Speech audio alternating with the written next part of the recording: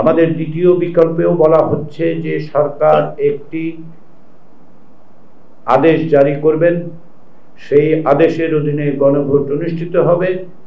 গণভোটে একটি মাত্র প্রশ্ন থাকবে, তবে ওই আদেশের তফসিলে যে 48টি বিষয় আছে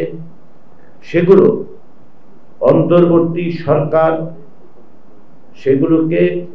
বিল আকারে প্রস্তুত করেও জনগণের সামনে উপস্থাপন করতে পারেন। যখন বিল হিসাবে উপস্থাপিত হবে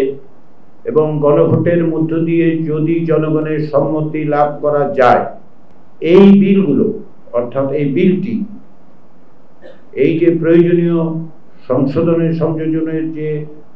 বিষয়গুলো জনগণের দ্বারা সম্মত হবে,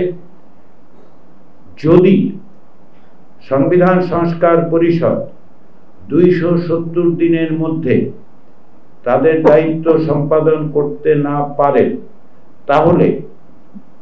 গণভোটে পাশ হওয়া বিলটি স্বয়ংক্রিয়ভাবে অর্থাৎ আপনা আপনি সংবিধানের সংশ্লিষ্ট অনুচ্ছেদগুলোকে প্রতিস্থাপন করবে।